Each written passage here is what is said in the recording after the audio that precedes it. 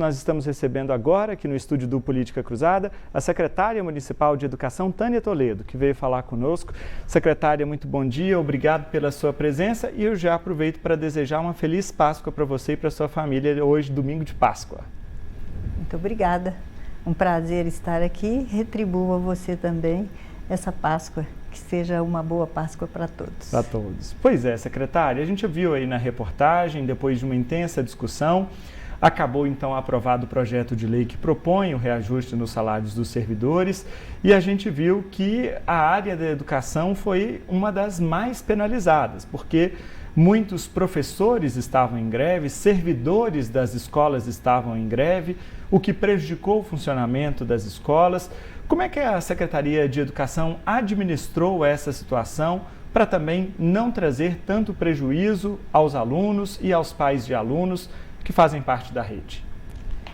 Bom, a paralisação ela ocorreu de forma tranquila, porque esse é uma iniciativa, a gente considera pessoal de cada servidor, né? E tivemos um número de servidores também que permaneceu trabalhando.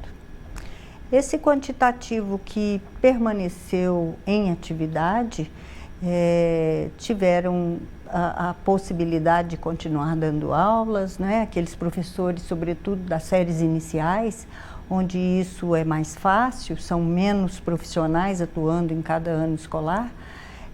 Os outros do 6º ao 9º, talvez alguns não paralisaram, mas tornou-se difícil um professor de uma disciplina única trabalhar com 6º ao 9º. Mas a gente vê isso como uma situação que ocorre, não é fácil, mas é uma situação que costuma ocorrer. A educação tem características próprias, né? Não passa simplesmente pela paralisação, nós temos um calendário a cumprir, temos outras situações que complementam a questão do ano letivo. Então isso precisa ser observado e será observado no momento oportuno. Para os pais, sim, sempre uma situação difícil, porque não estão aguardando uma situação dessa. Prevêem que o ano letivo vá se dar normalmente, né? Mas também eu acredito que compreenderam, né? Alguns com mais tranquilidade, outros não, mas compreenderam. A regularização desta situação ocorrerá no momento oportuno, com as possibilidades legais que nós precisamos cumprir, né? E adequadas à situação das 122 escolas, para que a gente possa cumprir o nosso ano letivo e o ano escolar também. Pois é, secretária, inclusive o município chegou a oficiar lá na Justiça, naquele processo que declarou a greve ilegal naquela ocasião, que muitas escolas estavam totalmente paralisadas. Dessas 122, uma parcela considerável pararam totalmente e quase que todas elas pararam pelo menos parcialmente. Um número muito pequeno é que não entrou na paralisação. Isso foi acompanhado, monitorado pela Secretaria diariamente, vocês têm esse levantamento, inclusive agora para organizar a reposição, porque a reposição é um direito do aluno. Tudo bem que é direito do servidor fazer a greve, sim, mas é direito do aluno ter a aula dentro dos dias letivos estabelecidos pela legislação e que precisam ser cumpridos, né? Exatamente. É direito do aluno, né? Eu costumo dizer, para cada direito há um dever que deve ter sido cumprido, né? E o ano escolar é um direito do aluno, o ano letivo é um direito do aluno. Nós monitoramos, sim, né? É essencial que isso ocorresse para que a gente tivesse a visão do conjunto das nossas escolas, como elas estavam funcionando, em que medida, em que quantidade de alunos e de profissionais.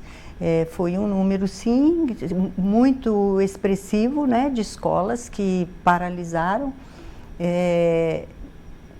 sobretudo parcialmente. Nós não tivemos essas escolas num grande total, paralisada totalmente. Não foi isso que aconteceu. Tivemos paralisação parcial, né? Porque ali ao longo dos dias esse número oscilou muito. Ele não foi um número que começou e foi até o último dia da mesma forma. Ele foi alterando. Então, o número de escolas paralisadas totalmente foi reduzindo, enquanto as parciais ali faziam um equilíbrio nesse número. E depois, mais nos últimos 2 dias, o número de escolas que também ficaram funcionando normalmente aumentou. Mas esse calendário deverá ser reorganizado, sim, é necessário que ele seja reorganizado. Perfeito. Uma das questões que também foram levantadas pelos servidores durante essa paralisação foi a questão da merenda escolar. Eu queria colocar esse assunto aqui na nossa pauta. Alguns falaram durante as manifestações que a gente viu, acompanhou e cobriu com exaustão aqui na imprensa, muitas declarações do tipo, na escola onde eu trabalho não está chegando a merenda, ou faltando tal item, isso não chega. Como é que está o fornecimento de merenda escolar na rede municipal? Totalmente normal, sem nenhuma intercorrência.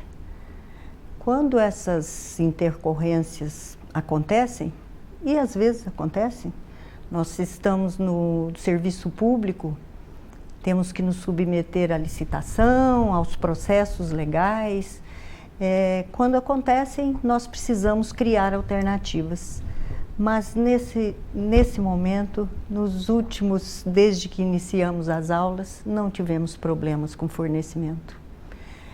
Hoje você pode verificar qualquer escola que você queira verificar, você vai ver que a despensa está servida, sortida, carne, freezer com carne, ovos, hortifrutis que chegam todas as segunda é maneira de dizer, porque tem os roteiros, né? Elas chegam na segunda-feira e vão sendo distribuídas ali por 2 dias, na segunda e na terça-feira. A nossa central de abastecimento fica exclusivamente para dar conta de hortifruti. Então, nós não temos problema com relação a isso. Embora as pessoas insistam, Danilo, em dizer.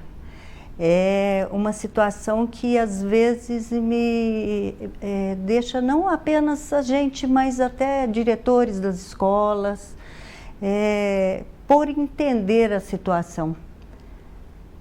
A merenda, o lanche, a alimentação é confeccionada, né? As crianças e os adolescentes se servem conforme o gosto por aquilo que é servido naquele dia. E às vezes o que a gente percebe é que são situações feitas propositalmente de forma a criar um fato que não é o recorrente dentro da escola. A gente pode dizer, por exemplo, às vezes numa refeição em que a gente tem o arroz com galinha, que é um prato que os estudantes, a galinhada, todos gostam muito, né? E mais uma verdura, uma couve, uma beterraba. E às vezes, ao se alimentar, se alimenta daquilo que tem, que dá mais prazer, que gosta mais, talvez a carne ali daquele arroz, né? E aí a gente encontra, assim, não raro, pessoas que às vezes fotografam aquele prato depois dele ser parcialmente consumido para mostrar como se fosse um prato servido daquela forma. Isso entristece muito a gente, porque eu penso que eu devo preservar o meu local de trabalho, eu devo contribuir para que o meu local de trabalho seja bem visto e não para que ele seja mal visto. Né? Então, às vezes a gente fica meio assim, refletindo sobre uma situação dessa natureza, que não acontece com raridade, não. Tem acontecido com certa frequência. Secretária, e com relação aos itens que compõem a merenda escolar? Eu vi recentemente a Prefeitura divulgou um release falando que em 2 anos esses itens aumentaram, acho que em torno de 18%. Sim. Eu queria saber o seguinte, como é que é feita essa questão? Vocês aumentam os itens, modificam o cardápio continua o mesmo? Como é que é feito o cardápio? Como que vocês administram essa parte da merenda? A alimentação escolar, ela é regida por uma legislação nacional, Programa Nacional de Alimentação Escolar. Nesse programa, essa legislação, ela traz as recomendações de como deve ser a alimentação. Um exemplo, uma criança que permanece tempo integral numa escola, ela precisa receber 520 gramas entre frutas e verduras. Uma de tempo parcial, 220 gramas, sendo que a fruta deve ser ofertada 2 vezes por semana. Algumas coisas que estão, algumas não, toda a recomendação está lá nessa legislação. E o programa municipal, ele cumpre essas recomendações. Preciso destacar que na nossa rede nós temos 20 nutricionistas que elaboram e acompanham a execução do cardápio. Então ele é disponibilizado com base nos itens que estão disponíveis e acompanhado por essas nutricionistas. Preciso destacar também que a recomendação é que pelo menos 30% do recurso federal seja aplicado em agricultura familiar. Temos aplicado bem acima disso, bem acima dos 30%. E aí a agricultura familiar, ela traz algumas características. Diferente de irmos até o Ceasa e a qualquer época do ano encontrar determinada fruta, porque ali vem de muitos lugares, de produção em alta escala. O agricultor familiar não, ele é pequeno. Então ele coloca no plano de venda dele, chama assim, na agricultura familiar, ele coloca, por exemplo, que ele vai fornecer mexerica na semana X, na época X. Mas por algum motivo do tempo, de alguma coisa, ele não consegue me entregar a mexerica. Eu tenho que substituí-la. E essa substituição, ela é feita com critério, mas também com dificuldade, porque a gente trabalha com aquele agricultor. Então, nesse momento, nós temos que fazer a substituição daquele item por um outro item que eu possa comprar de uma outra, e a gente compra também de outros fornecedores para complementar, porque nem tudo a gente encontra. Por exemplo, melancia é um item difícil na agricultura familiar, não impossível, mas mais difícil. Sim. Então, maçã a gente compra desse outro fornecedor. Então, é necessário que esse equilíbrio e essa organização ocorram. Então, a gente procura fazer isso desta forma.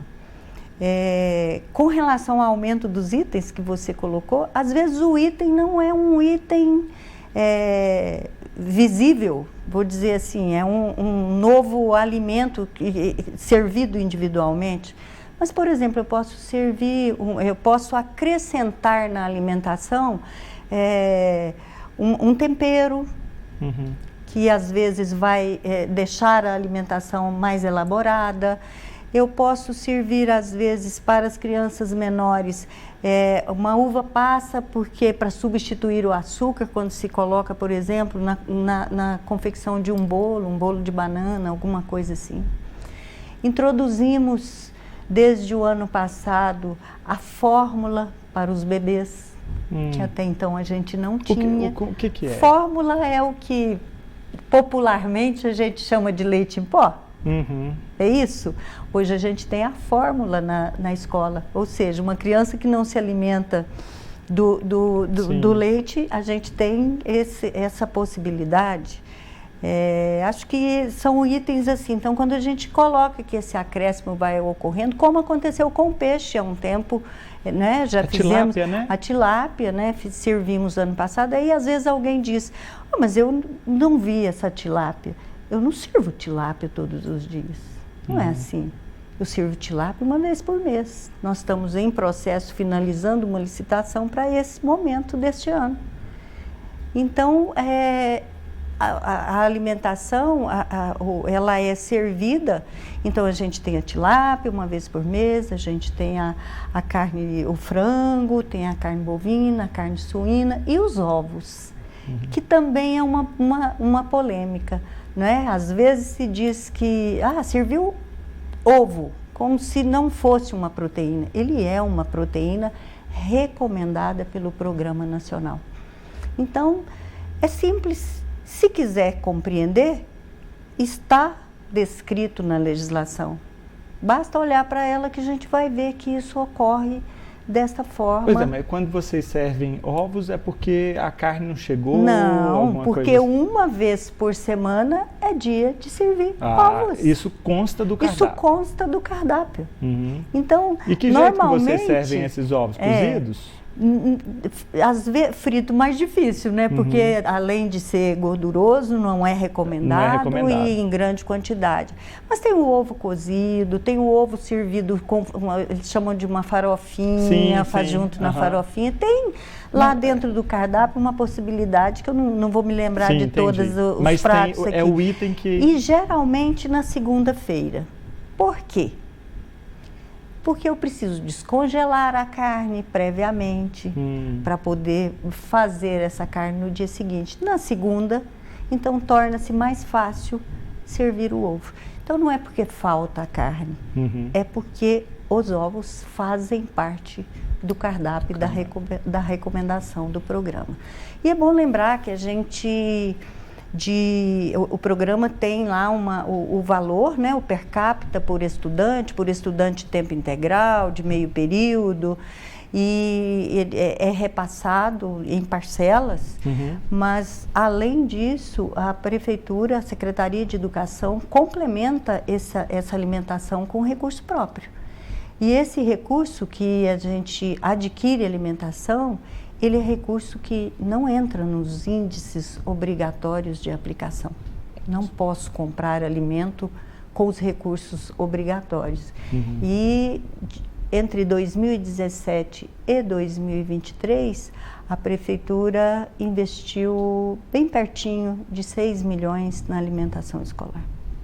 Perfeito. Secretária, temos muitos assuntos ainda pela frente. Eu queria saber agora do transporte escolar. Havia uma dificuldade da Prefeitura em determinado momento, inclusive de requisitar ou contratar esses profissionais, prestadores de serviço. Isso já foi regularizado, as linhas estão todas ocupadas, o transporte escolar está normalizado?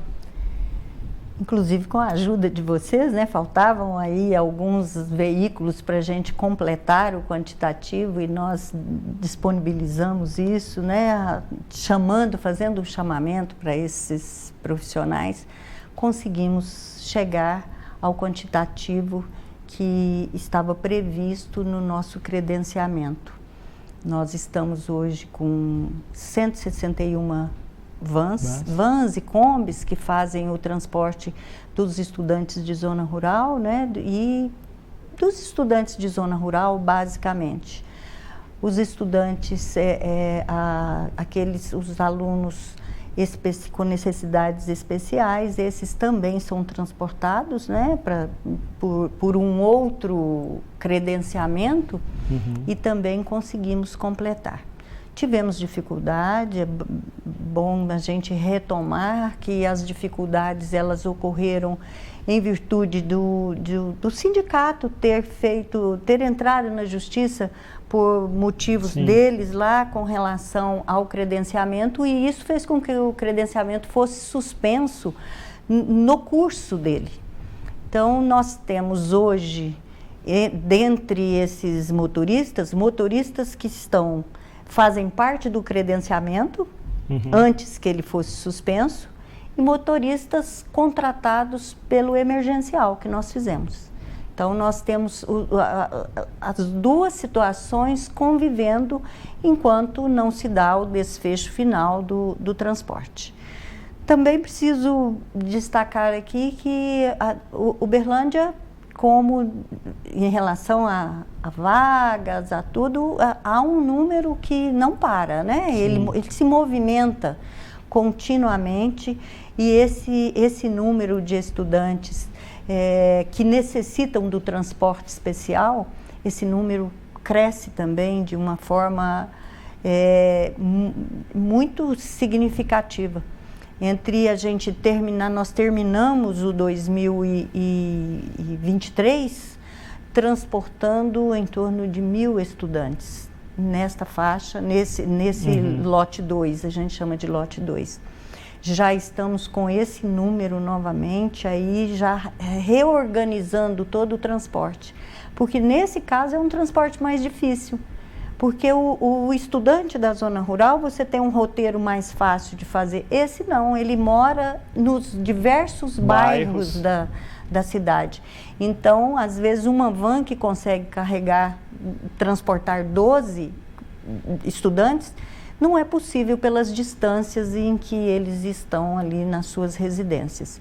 Mas temos feito com muito cuidado, com muita responsabilidade, buscando atender todos, à medida que os pedidos vão chegando, tentamos encontrar ali o melhor roteiro, e nesse momento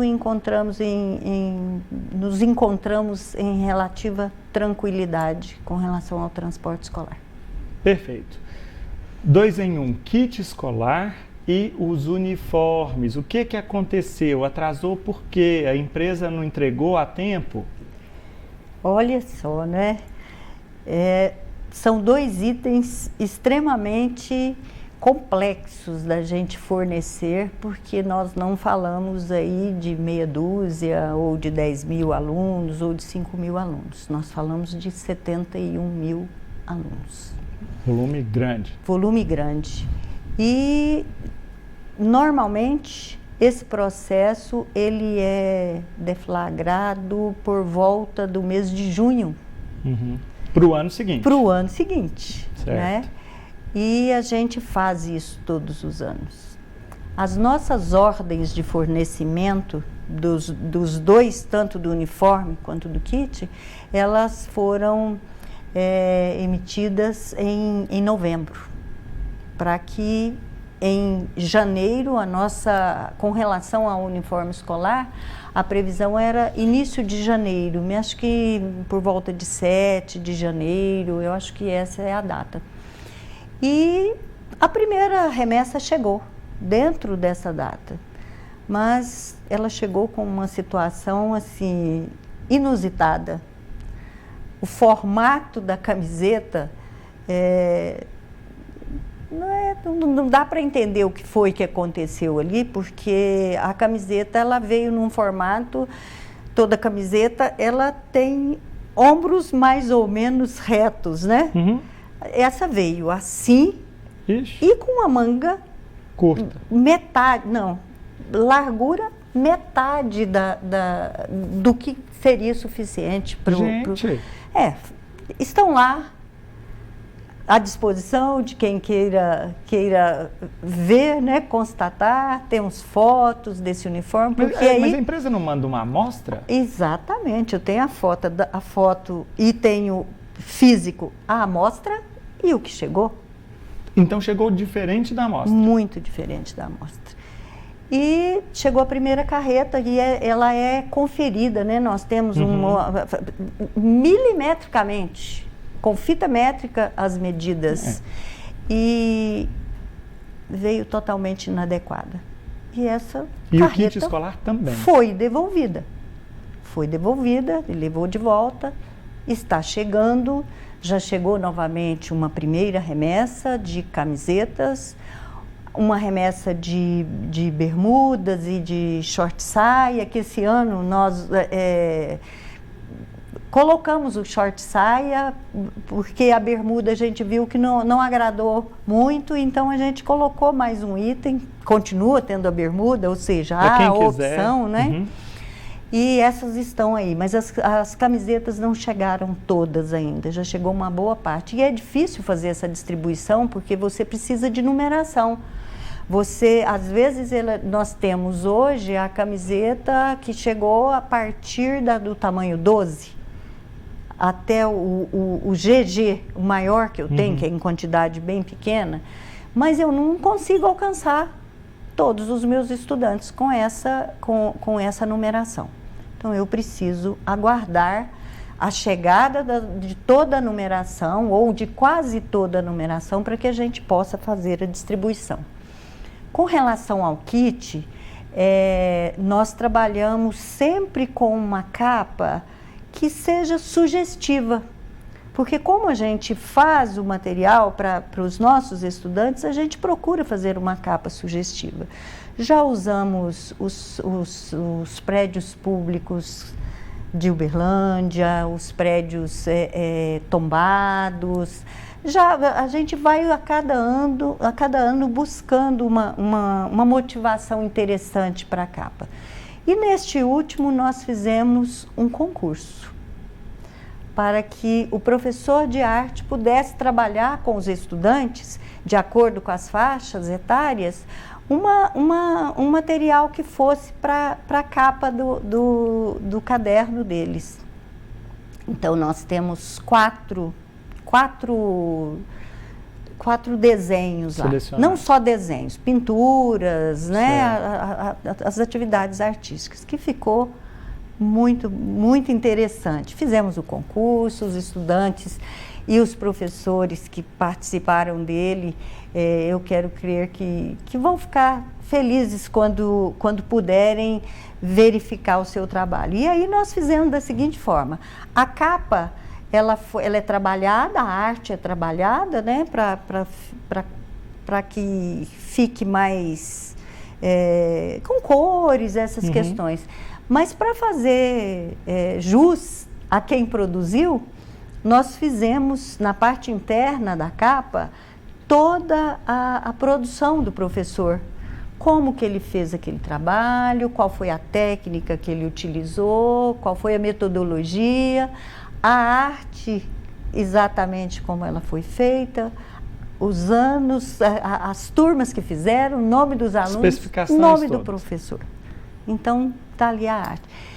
E aí, ele fez a capa externa de uma arte e a parte interna de outra arte. Ah, não, pelo amor de Deus.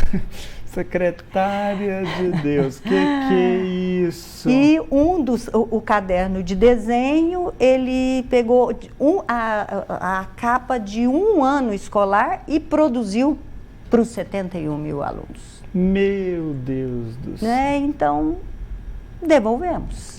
devolvemos, mas já está chegando. As carretas estão umas 3 ou 4 hoje, ontem e hoje já no armazém, na central. Então agora é conferência. De novo. Lançamento no sistema. Solicitação de acordo com o número de estudantes de cada ano escolar. E entrega nas escolas, que demanda aí um processo de alguns dias. Mas em breve. Não, pois é, boa sorte, porque isso aí não é fácil, não. O meu tempo está acabando, mas eu preciso te perguntar sobre 2 coisinhas muito rápidas, que são situações que ocorreram, foram noticiadas nos nossos jornais nos últimos dias. Uma delas foi um vídeo que circulou nas redes sociais de um bebedouro de uma das escolas que estava sendo utilizado com uma mangueira. Eu sei que a Secretaria fez uma apuração desse caso, as imagens estão aí, nós estamos vendo agora, esse vídeo circulou exaustivamente nas redes sociais, nós na época pedimos uma explicação para a Secretaria de Educação, eu queria dar a oportunidade para a senhora explicar o que é isso que está aparecendo aí. O que é isso, né? Essa mangueira foi parar ali naquele lugar por iniciativa de uma servidora. Ela não recebeu uma orientação ou um comando da diretora da escola para fazer aquilo ali.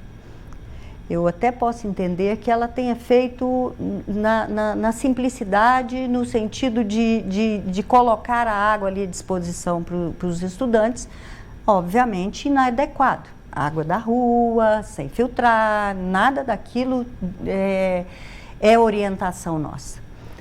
E o que a diretora fazia naquele momento? Na verdade, não faltava água na escola, entrou ar na bomba d'água. Que as escolas têm uma caixa embaixo, outra caixa em cima, tem a bomba, e teve ali um problema, e ela, com mais alguém da escola, tomou a iniciativa de ir resolver o problema do ar na bomba. Enquanto isso, a pessoa fez tomou aquela iniciativa, e um professor filmou. E um professor fez a filmagem daquela cena, expôs inclusive os estudantes que ali estavam, né? É bom lembrar isso, né? E ele fez aquela filmagem ali.